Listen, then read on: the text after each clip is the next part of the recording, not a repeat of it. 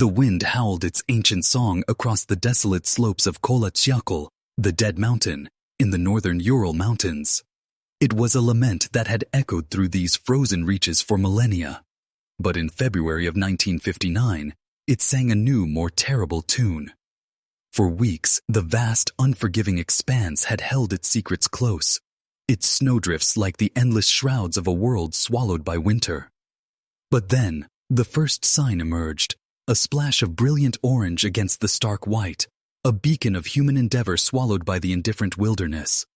It was a tent, but not as it should be. Not proudly pitched, but slumped, half buried, its canvas screaming silently of a sudden, violent abandonment. Imagine it, if you can, the scene. An Arctic gale tearing at your clothes, the temperature plummeting to unimaginable lows, the world a blur of white, and the piercing shriek of the wind. And yet, 9 experienced hikers, students and graduates of the Ural Polytechnic Institute, men and women hardened by the unforgiving Russian wilderness, fled. They didn't just leave their tent. They tore it open from the inside. A frantic, desperate act. Food, warm clothes, boots, and even some of their most cherished personal items were left behind, scattered amidst the snow-filled interior. What primal, unimaginable terror could possess these seasoned adventurers, these symbols of Soviet youth and vigor, to cut their way out of their only shelter and plunge barefoot into a night that promised nothing but a swift, brutal end? What horror, unseen and unheard by any living soul, stalked the slopes of the Dead Mountain that night, driving them not merely to their deaths, but to a death steeped in sheer, unadulterated terror? Their footprints, preserved for a time in the fresh snow before being erased by the relentless winds, told a story of chaotic flight. Some were deep, indicating speed. Others shallow, suggesting injury or stumbling. They led not towards safety, not towards the distant, barely visible tree line, but directly into the heart of the blizzard, towards nothing but the encroaching night and the promise of oblivion. The snow, usually a soft blanket, became a canvas for unimaginable suffering. And as the search parties eventually pieced together the fragments of this frozen puzzle, the questions only multiplied, each answer more chilling than the last. Why would seasoned mountaineers, just hours from a planned celebratory ascent, suddenly abandon everything they needed to survive? What force could make them act with such desperate, irrational haste? The mountain, an ancient silent witness, offered no explanation, only the whispering wind and the lingering cold of an unsolved, unspeakable horror. If you're watching this from Russia, perhaps familiar with the icy bite of the Ural winds, or across the world in America, where mountains tell different tales, or maybe alone in your room late at night, the silence of your surroundings amplifying every rustle and creak, remember, you are safe. But they weren't. This is not merely a story of a tragic accident. This is the story of 9 people who faced something so profoundly terrifying, so utterly beyond the grasp of ordinary human experience, that it fractured their reality, stripped them of their will to live, and left behind a mystery that continues to haunt the scientific community, thrill seekers, and armchair detectives to this very day. This is the Dyatlov Pass Incident, a name synonymous with inexplicable death, a chilling testament to the unknown, where the cold, hard facts only serve to deepen the abyss of fear. Before we delve deeper into the terrifying final hours, please consider liking this video, subscribing to our channel, and leaving a comment below with your own theories about what happened that night. Your engagement helps us bring more untold stories of terror and mystery to light. In 1959, the Soviet Union was a land of paradox. On one hand, it was a nation still healing from the unspeakable wounds of the Great Patriotic War, its scars etched into every city and every family. On the other, it was a superpower on the ascent, fueled by an ideology of progress and collective achievement. Sputnik had launched just 2 years prior, sending a metallic beacon into the heavens, a symbol of human ingenuity and communist triumph. The future, for many, was bright, filled with the promise of scientific advancement, exploration, and the forging of a new, better society. This era, known as the Khrushchev thaw, offered a brief, tentative loosening of the iron grip that had defined Stalin's reign. There was a burgeoning sense of optimism, a feeling that the worst was behind them, and a new world was emerging from the ashes of the old. It was against this backdrop of national resurgence and personal hope that 9 young, vibrant individuals embarked on what they believed would be an ordinary, if challenging, winter expedition. They were not reckless thrill-seekers. These were dedicated students and engineers, members of the sports club at the Ural Polytechnic Institute, UPI, in Sverdlovsk, now Yekaterinburg. The institute was a hub of intellectual activity, a place where the brightest minds of the Soviet Union were trained to build the future. For many, mountaineering and cross-country skiing were more than just hobbies. They were an extension of their national identity, a way to test their mettle against the vast, untamed wilderness of their homeland, to push the boundaries of human endurance and cooperation. They trained rigorously, planned meticulously, and understood the inherent dangers of the environment they sought to conquer. Their leader was Igor Dyatlov, a 23-year-old radio engineering student, known for his calm demeanor, his meticulous planning, and his unwavering determination. He was an experienced trekker, respected by his peers, a natural leader who inspired confidence. His team was a microcosm of the Soviet youth of the era, intelligent, ambitious, and brimming with life. There was Zinaida Kolmogorova, 22, a fellow student, known for her vibrant personality and her fierce independence. Lyudmila Dubinina, 21, a quiet and contemplative student, with a passion for learning. Alexander Kolevatov, 24, a serious and disciplined student, highly regarded for his organizational skills. Rustam Slobodin, 23, a charming and athletic engineering student, whose wit often brightened their arduous journeys. Georgy Krivonishenko, 23, and Yuri Doroshenko, 21, were both graduates, known for their strong physique and their good humor. Nicolas Thibault Brignoles, 24, a talented engineer of French descent, brought a sophisticated air to the group. And finally, Semyon Zolotaryov, 37, the oldest member, a military veteran and an experienced hiking instructor, whose presence lent an air of mature guidance to the younger, more exuberant members. A 10th member, Yuri Yudin, was with them at the start, but fell ill and turned back, a twist of fate that would save his life, but condemn him to a lifetime of agonizing questions. These were not faceless victims in a horror story. They were individuals with dreams, aspirations, and loved ones. They were the proud, hopeful youth of a nation striving for greatness, their lives intertwined with the vastness of the Russian land. They embarked on their journey with laughter, songs, and the shared ambition of earning their Master of Sports certificates, a prestigious recognition for advanced hikers. Their diaries, filled with mundane observations and light-hearted jokes, would later become haunting testaments to their final days, offering tantalizing glimpses into their world. Just before it was violently, inexplicably torn apart, the Ural Mountains, ancient and powerful, stood as a silent witness to their preparations, their departure, and the terrifying events that would soon unfold upon its frozen, unforgiving slopes.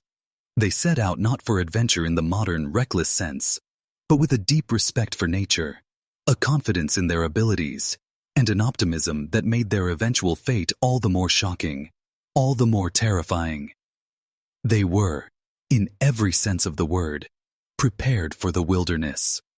But were they prepared for what the wilderness, or something within it, had in store for them? On January 23, 1959, the train station in Sverdlovsk was a bustling scene of controlled chaos, steam hissing from the undercarriage of the carriages, mingling with the frozen breath of eager travelers. Amidst the crowd, a group of 10 young people stood out, their laughter echoing slightly louder. their eyes shining a little brighter.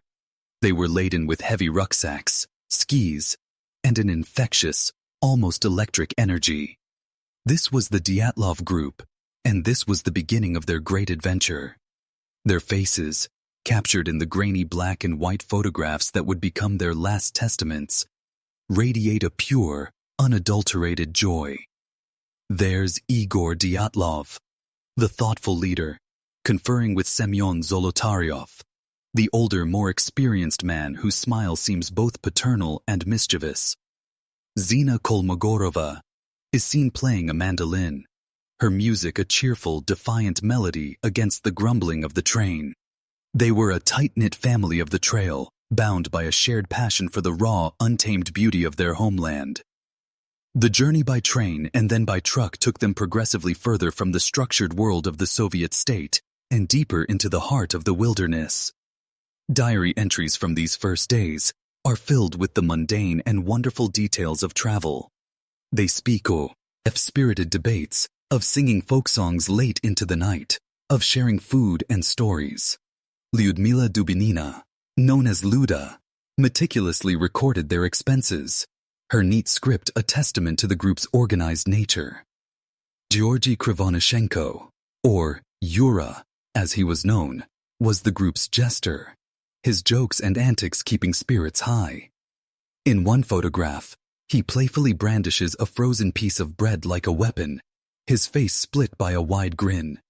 There is no hint of fear, no premonition of the horror to come. They were simply young, strong, and alive, moving towards a challenge they felt more than prepared to meet. Their final stop in civilization was a small logging settlement called Vizhai. Here, they spent the night, enjoying the simple hospitality of the locals.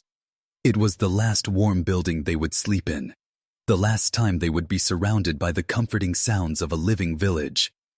From Vizhai, they hitched a ride on the back of an open-topped truck, a bone-jarring, freezing journey that took them to a place known as Sector 41, the last outpost of the logging industry. Beyond this point, there was nothing. No roads, no settlements, just the infinite, silent expanse of the taiga, the snow-laden firs standing like sentinels at the edge of the known world. It was here, on January 27th, that the 10th member of the group, Yuri Yudin, said his goodbyes. A flare-up of old health problems, including severe sciatica, made it impossible for him to continue. The decision was agonizing.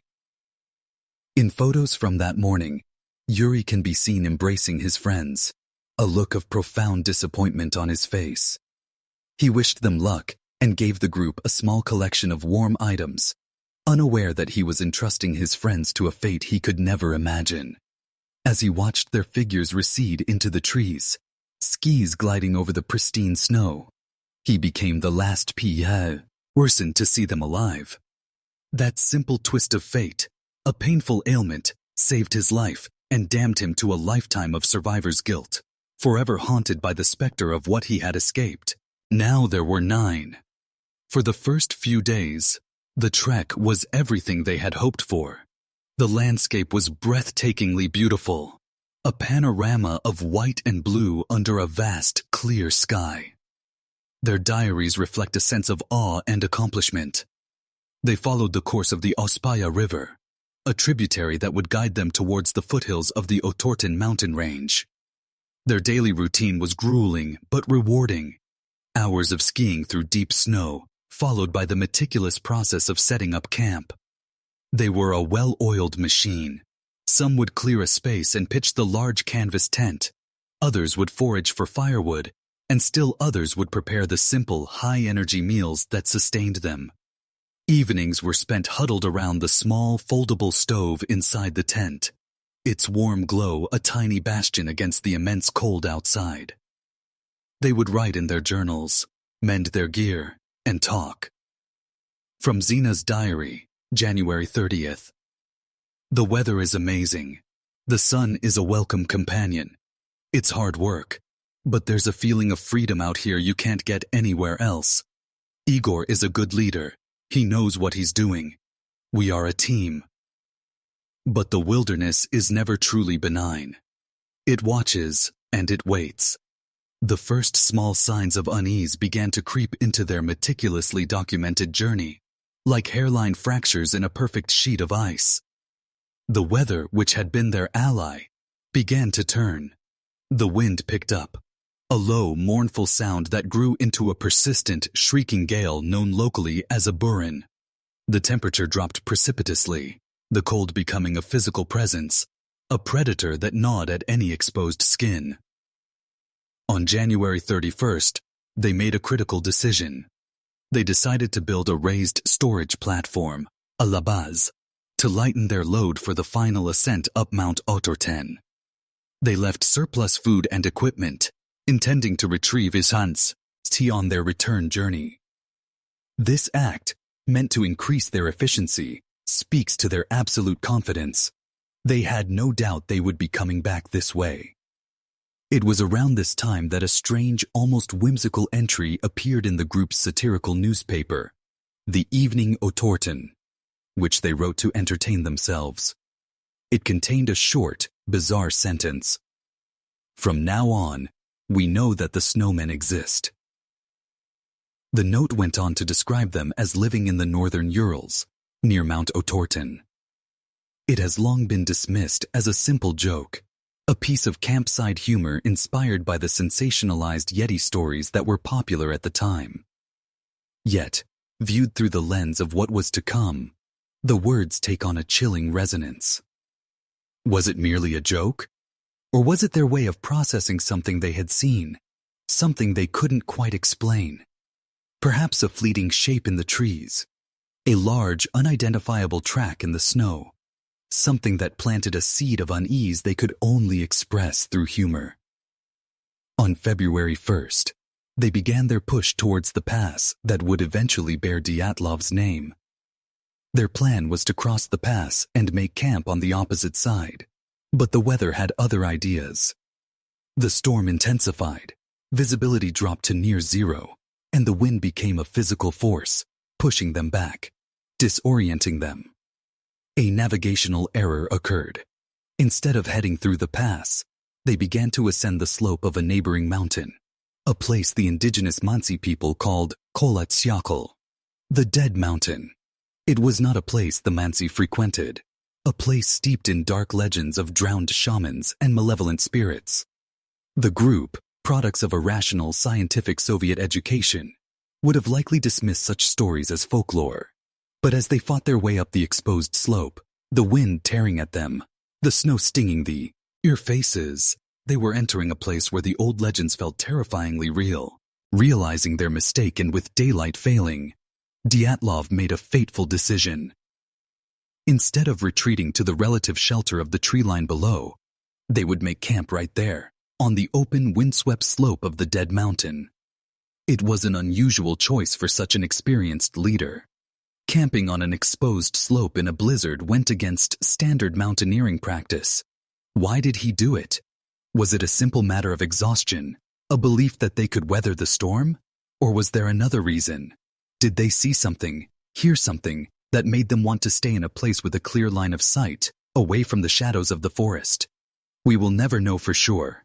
What we do know is that as the last vestiges of pale gray light faded from the sky on the evening of February 1st, 1959, the 9 hikers pitched their tent for the final time. They prepared their meal, laid out their sleeping bags, and settled in for the night. 9 souls huddled together against the storm, completely unaware that they were not alone on that mountain. They were just over a mile from the safety of the woods, a distance they could have covered in under an hour. But for them, it might as well have been 1,000,000 miles away. The real terror was about to begin. Inside the tent, a fragile pocket of warmth and life stood in defiance of the raging storm. The small stove, likely glowing a dull cherry red, would have cast long dancing shadows on the canvas walls. 9 bodies, packed tightly together for warmth, created a microclimate of shared existence. From the evidence left behind, we can piece together a scene of routine and quiet camaraderie.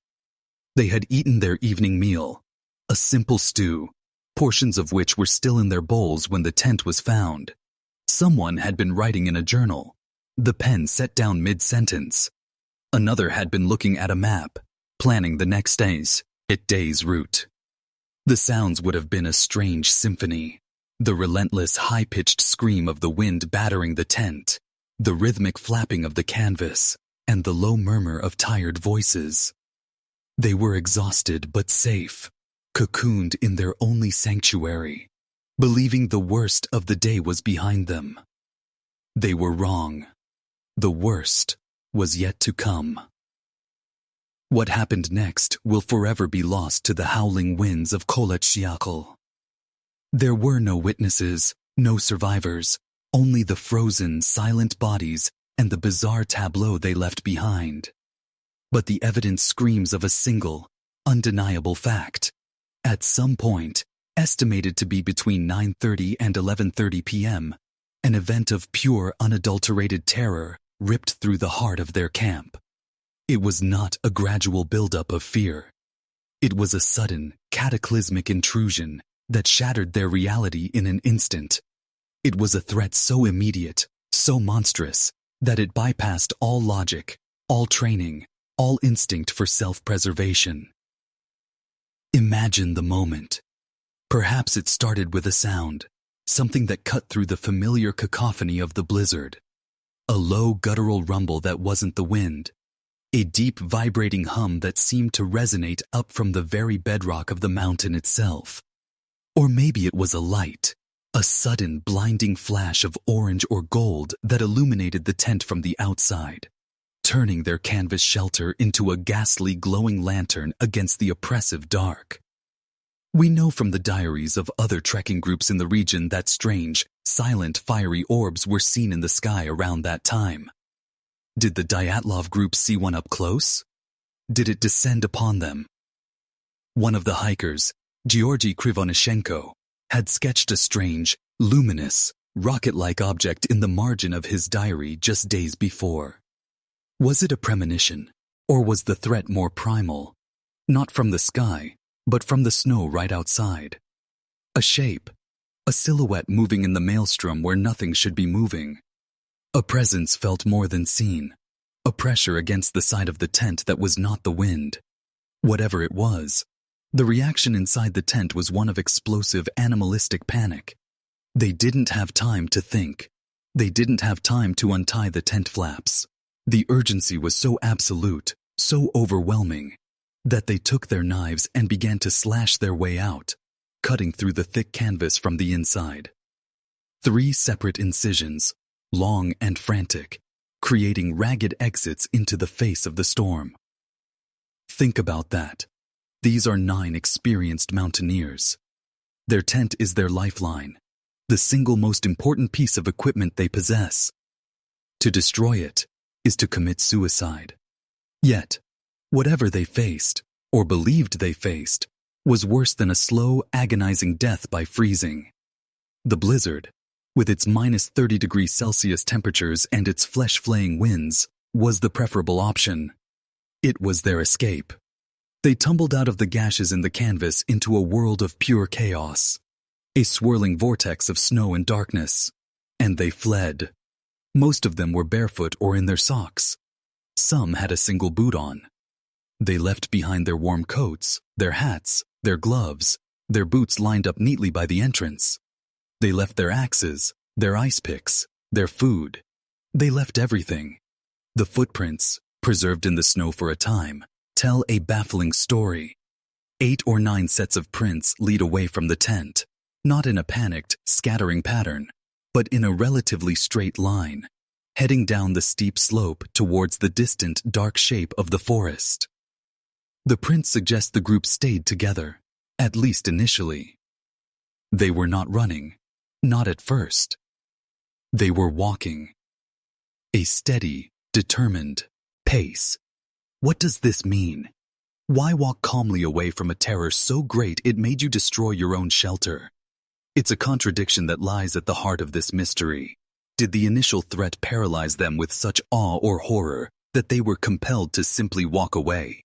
Or were they being forced, marched from their tent by some unseen captor, As you sit there now, in the quiet of your home, perhaps in Peshawar, where the heat is a distant memory, or in Portland where rain taps against your window, try to comprehend a fear so absolute that it makes walking barefoot into a Siberian blizzard a rational choice.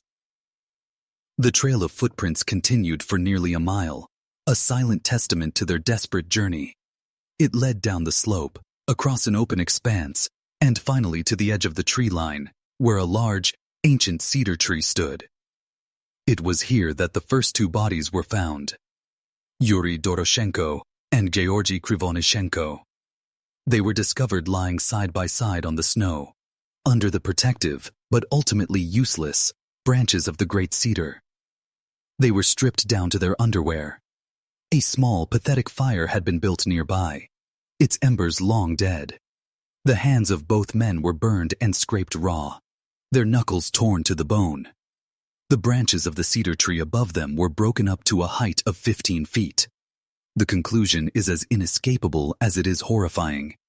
One or both of them had frantically, desperately, tried to climb the tree. Why? The wood was for the fire, yes, but why climb so high? Were they trying to get a better view of something? Or were they trying to escape something on the ground? What terror stalks the forest floor that makes climbing a tree in a blizzard, with hands already frozen and useless, the only option? They stared back towards the empty tent on the slope. But what were they looking for? 3 more bodies were found between the cedar tree and the camp. Igor Dyatlov, Zina Kolmogorova, and Rustam Slobodin. Their positions told a story of unimaginable struggle and tragic irony. After reaching the relative shelter of the woods, it seems they had made a decision. They were going to try to get back to the tent. They realized, perhaps, that the slow death of the cold was a more tangible threat than the unknown horror they had fled. But it was too late. Igor Dyatlov was found furthest up the slope, on his back, one hand gripping a small birch branch, his eyes open and staring at the sky. He had crawled 300 meters back towards the tent before his heart gave out. A little further down, Rustam Slobodin was found, face down in the snow, a small fracture identified in his skull. And closest to the woods, Zina Kolmogorova. Her body showed signs of a final, desperate crawl, her hands frozen into claws, her face a mask of frozen blood from burst capillaries, a result of the extreme cold and exertion. They died alone, one by one, separated by mere hundreds of meters, fighting their way back to a shelter they themselves had destroyed. For 2 agonizing months, the fate of the remaining 4 hikers was a mystery. The snows were deep, the search area vast. But in early May, as the spring thaw began to reveal the secrets the winter had buried, a search party discovered their final gruesome resting place. In a wooded ravine, 75 meters from the cedar tree, buried under 15 feet of snow, they found the bodies of Lyudmila Dubinina, Semyon Zolotaryov, Nicholas Thibault Brignoles, and Alexander Kolevatov. They had, it seems, survived the longest. They had even managed to dig a small snow den for shelter. In a final act of battlefield survival, they had taken clothes from their friends who had already perished by the fire, a desperate attempt to ward off the kill, in cold. Semyon was wearing Lyudmila's hat and coat. Lyudmila had a piece of Krivonishenko's wool trousers wrapped around her foot. But the cold is not what killed them. The injuries sustained by these last 4 hikers are the darkest, most baffling part of the entire Dyatlov Pass incident. They defy all rational explanation. Nicholas Thibault Brignoles had suffered a massive, crushing skull fracture. Semyon Zolotaryov and Lyudmila Dubinina had catastrophic chest injuries. Multiple ribs on both sides were fractured, injuries the medical examiner, Dr. Boris Vozrojdeny, stated were equivalent to the force of being hit by a car. He was adamant that this level of force could not have been inflicted by another human being, and was highly unlikely to have resulted from a simple fall, even into a ravine. There were no corresponding external wounds, no soft tissue damage, as if they had been crushed by an immense, irresistible pressure. And then there was the most grotesque discovery of all. Lyudmila Dubinina's body was missing its tongue. It had been removed, somehow, from inside her mouth. Alexander Kolovatov, found with them, had no major injuries and was deemed to have died of hypothermia, a quiet death amidst unimaginable violence. What happened in that ravine? What force, unseen and unexplained, could inflict such devastating internal trauma? The mystery of these injuries has fueled debate for decades. What do you believe happened to them? Let us know in the comments. And don't forget to subscribe so you don't miss our deep dive into the official investigation. The night of terror was over, but the nightmare of questions it left behind was just beginning. In the aftermath of the horrific discoveries on the slopes of Kholat Syakhl, the Soviet investigators were faced with an impossible task: to apply logic to an event that seemed to have been stripped of all reason. The physical evidence was a cascade of contradictions. A tent sliced open from the inside, yet no signs of a struggle within. 9 sets of footprints leading away calmly, yet a flight clearly born of sheer panic.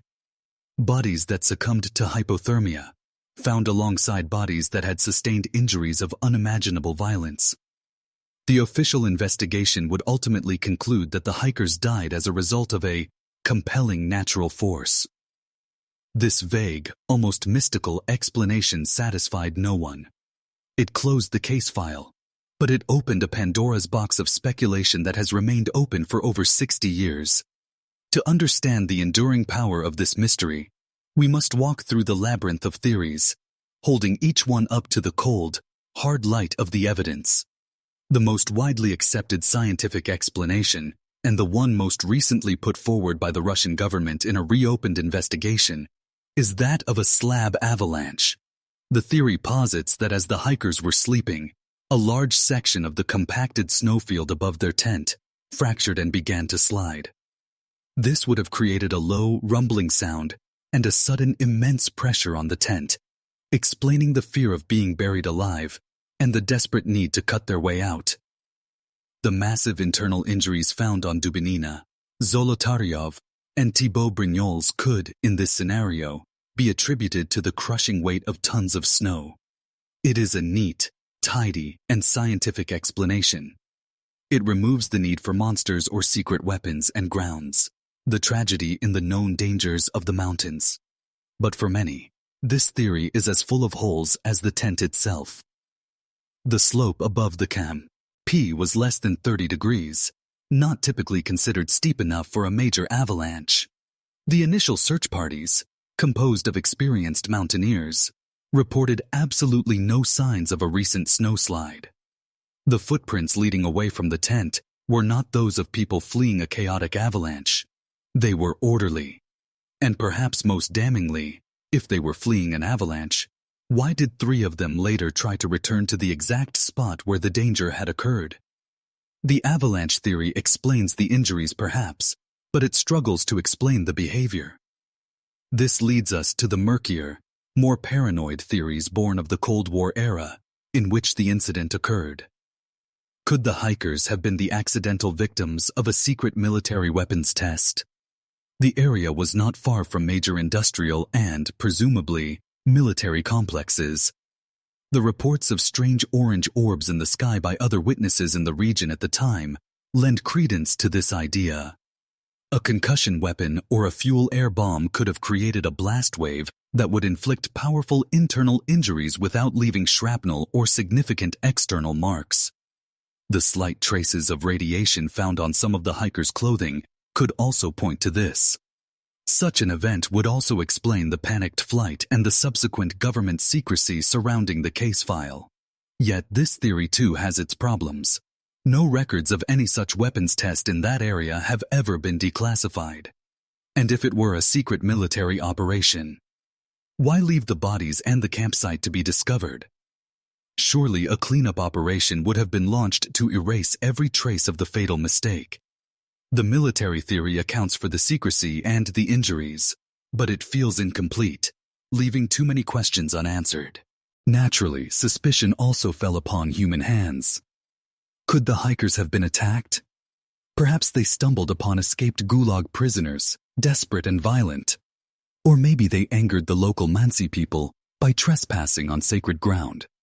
The Mansi were questioned extensively by the KGB. They were a people of the forest, and Kolatsiakhl was, according to their legends, a place to be avoided. But the Mansi were found to be entirely cooperative, even assisting in the search for the missing students. The nature of the injuries was inconsistent with an attack by conventional means.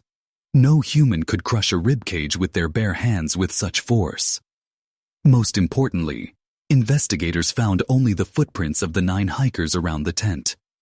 There were no other tracks, no signs of another person or group approaching or leaving the camp. The idea of a human attacker, whether a fugitive or a native hunter, simply does not align with the evidence left in the snow.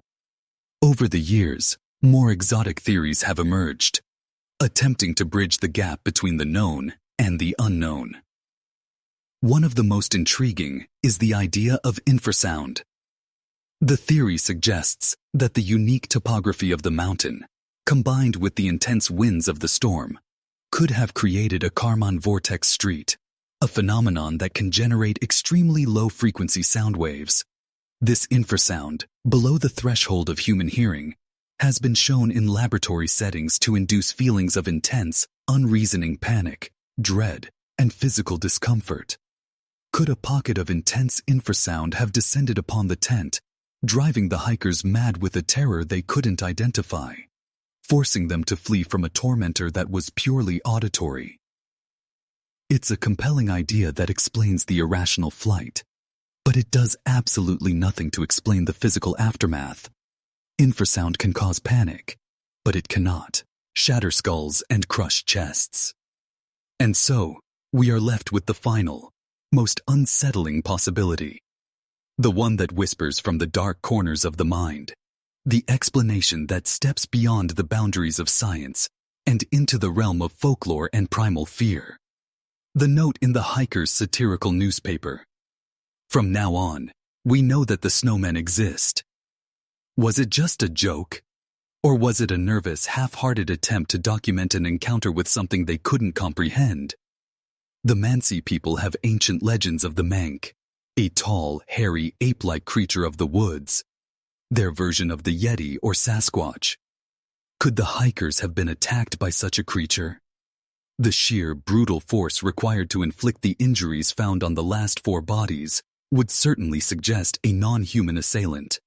A creature of immense strength could explain the crushed ribs. The primal terror, the flight from the tent, the attempt to climb the cedar tree, it all clicks into a terrifyingly coherent narrative if you allow for the existence of such a monster. But here, the trail runs cold. There is not a shred of physical evidence, no anomalous tracks, no hair, no blood, to support the existence of an unknown creature on that mountain. It is a theory built entirely on the absence of other explanations. Whether you're watching this on a bright Tuesday morning in Peshawar, surrounded by the sounds of a bustling city, or in the dead of night somewhere else on this planet, the central question remains the same. Which theory holds the most water? Or does the truth lie in some unimaginable combination of events? An avalanche, followed by a military cleanup. An infrasound-induced panic, leading to a fatal fall into the ravine? Each theory solves one part of the puzzle, while completely ignoring another. It's a mathematical equation, with too many variables and no elegant solution. The evidence points in all directions and none at all, leaving us stranded in a blizzard of uncertainty, just as the 9 hikers were stranded on that deadly slope. When the Dyatlov group failed to send their scheduled telegram on February 12th, there was initially little concern. Delays were common in such ambitious expeditions. But as the days turned into a week, and then longer, a knot of anxiety tightened among their friends and families back at the Ural Polytechnic Institute. It was the students themselves, the hikers' own peers, who initiated the first search parties. Driven by a desperate hope, these young men and women, many of them experienced trekkers themselves, ventured into the unforgiving northern Urals. For weeks, they found nothing but an endless, indifferent sea of white. The vastness of the wilderness threatened to swallow the memory of their friends entirely. It wasn't until February 26th that a pilot, flying low over the region, spotted the first sign: the collapsed half-buried orange tent on the slope of Koletsiakl, a silent, frozen monument to a disaster of unknown proportions. The discovery of the tent immediately escalated the search into a full-scale state investigation, led by a prosecutor named Lev Ivanov. When Ivanov and his team arrived at the scene, they were met with a baffling tableau that defied immediate explanation. The tent was clearly cut open from the inside. Inside, all of the group's belongings, warm clothes, food, survival gear, and personal diaries, were left behind, neatly arranged. There were no signs of a struggle, no blood, nothing to suggest an attack. It was as if the occupants had been vaporized, leaving only their possessions behind. The trail of footprints leading down the slope was even more perplexing. Following them led the investigators to the first 5 bodies: Doroshenko and Krivonichenko under the cedar, and Dyatlov, Kolmogorova, and Slobodin, frozen in their desperate attempt to return to the camp. The initial medical examinations concluded that these 5 had died all of hypothermia. While Rustam Slobodin was noted to have a minor skull fracture, it was not considered a fatal injury. At this point, the tragedy, while bizarre, could still be framed as a horrific but understandable accident. Perhaps a sudden weather event, a small snowslide, or even a simple navigational panic had led to a series of fatally poor decisions. But this relatively simple explanation was shattered 2 months later with the discovery of the final 4 bodies in the ravine. The autopsies performed on these remains by the region's chief medical examiner, Dr. Boris Vozrojdeny, would introduce a level of high strangeness from which the case would never recover. He stated unequivocally that the catastrophic chest and skull injuries sustained by Dubinina, Zolotaryov, and Thibaut Brignoles could not have been caused by another human being, noting that the force required was equal to the effect of a car crash. He also noted the complete lack of external soft tissue damage associated with these crushing injuries. And then there was the matter of Lyudmila Dubinina's missing tongue. The official report concluded it was likely the result of post-mortem putrefaction and scavenging by small animals in the wet environment of the snowmelt ravine. But this has always been a point of fierce contention. Why was only the tongue missing? Her eyes, also soft tissue, were intact. And how could it have been removed from within her mouth, without leaving other marks of a scavenger on her face? Dr. Vozrojdeny noted the presence of extensive bleeding in the area, suggesting the tongue was lost while she was still alive, or at the very least, while her heart was still pumping. It was a grotesque, inexplicable detail that seemed to belong more to a medieval torture chamber than to a mountaineering accident. The sun is high. The world outside your window is clear and understandable. But imagine being a parent of one of those hikers in 1959, handed a death certificate that explained nothing, told by the state to stop asking questions, and handed a sealed zinc coffin with instructions not to open it. The horror doesn't just live on the mountain. It lives in the chilling silence that follows. The families were silenced. The public was given a vague, unsatisfactory answer. And the files were classified, locked away from prying eyes for decades. Why such secrecy for a simple hiking accident? Years later, long after the collapse of the Soviet Union, Lev Ivanov would break his silence. In a 1990 article, he admitted his own profound doubts about the official conclusion. He wrote that he and his team had been baffled by the evidence, and that he had always suspected something more. He confirmed the reports of bright flying spheres in the sky on the night of the incident, and stated that he believed they were directly connected. He claimed that he was explicitly ordered by his superiors to drop this line of inquiry entirely. His personal belief was that the hikers had been killed by some kind of energy or force emanating from one of these unidentified flying objects, This stunning admission from the man who led the official investigation only deepened the mystery, suggesting that the vague conclusion was not a confession of ignorance, but a deliberate, calculated cover-up. The state, it seemed, was not protecting the public from a lack of answers, but from a truth it deemed too terrifying or too sensitive to reveal. The investigation was formally closed on May 28, 1959, but for the world, it was just beginning.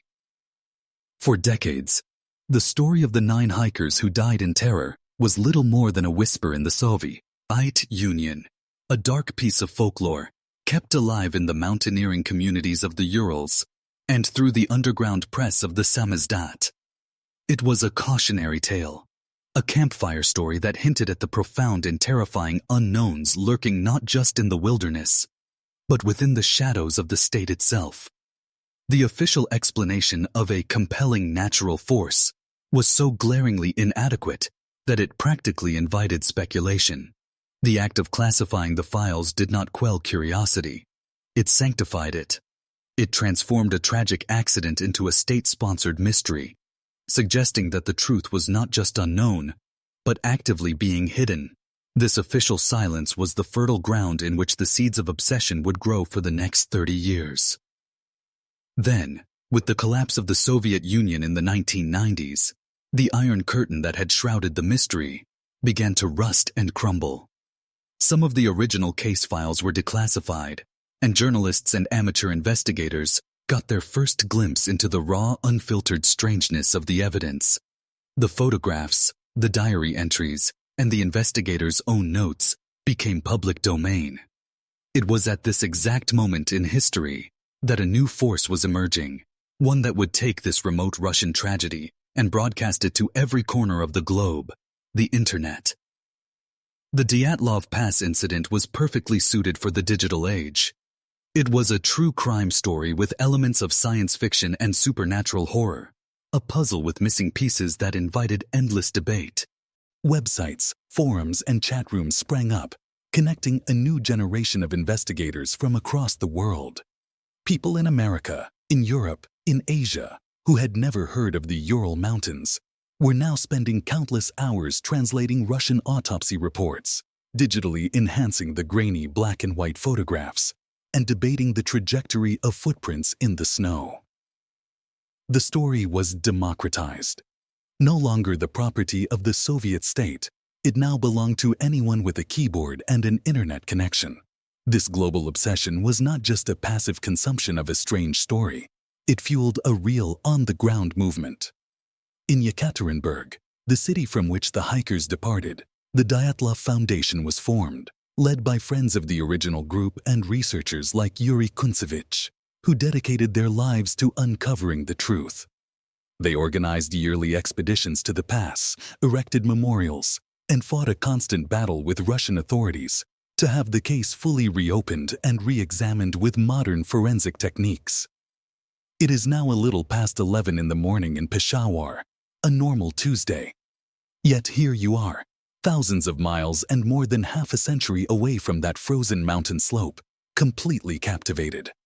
Why? Because the Dyatlov mystery is no longer just a Russian story. It has become a human one. It speaks to a fundamental fear that lies within all of us, the fear of the inexplicable, the fear that the rational world we build around ourselves is a fragile facade, easily shattered by forces we can neither understand nor control.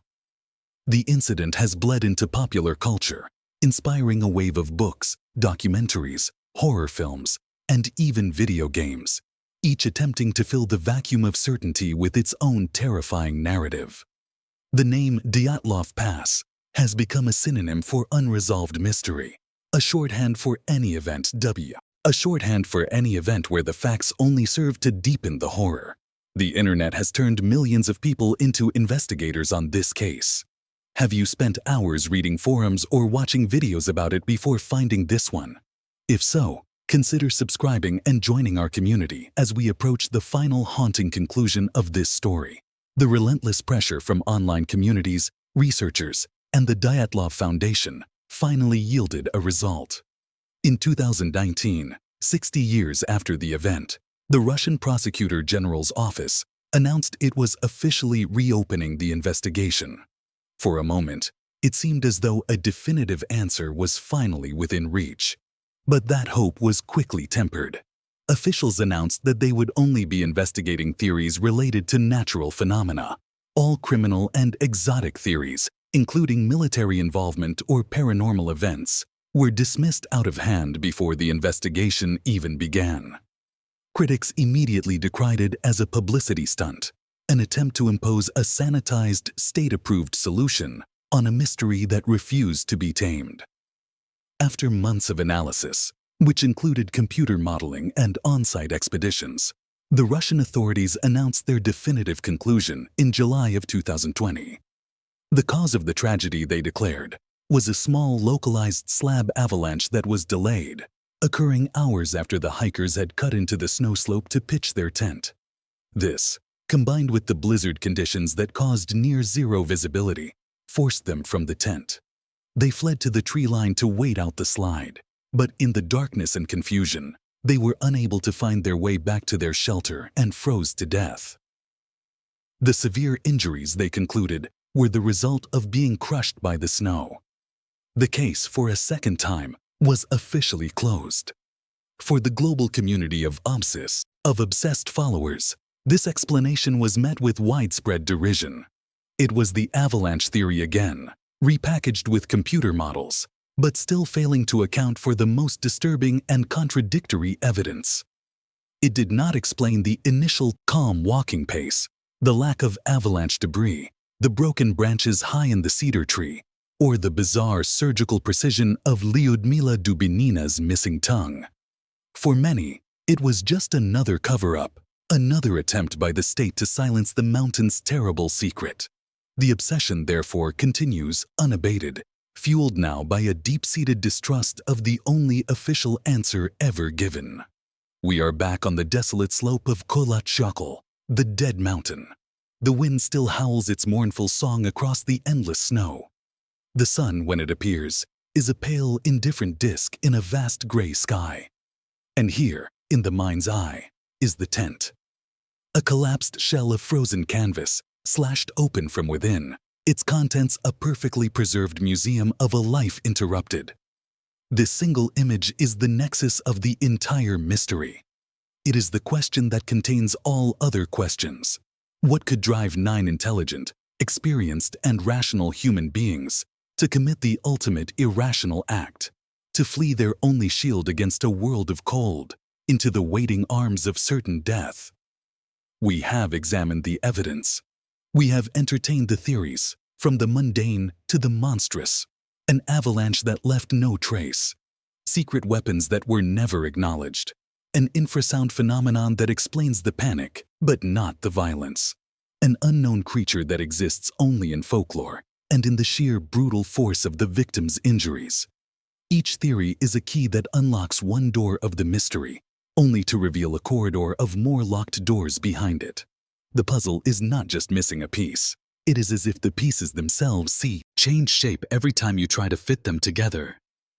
The official investigation, both in 1959 and in 2020, tried to impose order on this chaos, to file it away under natural causes. But the story resists. It fights back with the force of its own internal contradictions. In the end, perhaps the search for a single neat answer is a fool's errand. The true legacy of this story is not in its solution, but in its chilling endurance. It stays with us because it strips away our modern certainties. It reminds us that beneath the thin veneer of our scientific understanding, the world can still be a place of profound, terrifying mystery. The 9 who perished were not characters in a story. They were vibrant, living people, full of hope and ambition. Igor Dyatlov, Zinaida Kolmogorova, Lyudmila Dubinina, Alexander Kolovatov, Rustem Slobodin, Georgy Krivonishenko, Yuri Doroshenko, Nicolas Thibault-Brignoles, and Semyon Zolotaryov. They were the best of their generation, symbols of progress and human potential, and they were erased from existence in a single night of unimaginable horror, leaving behind a riddle written in snow and blood.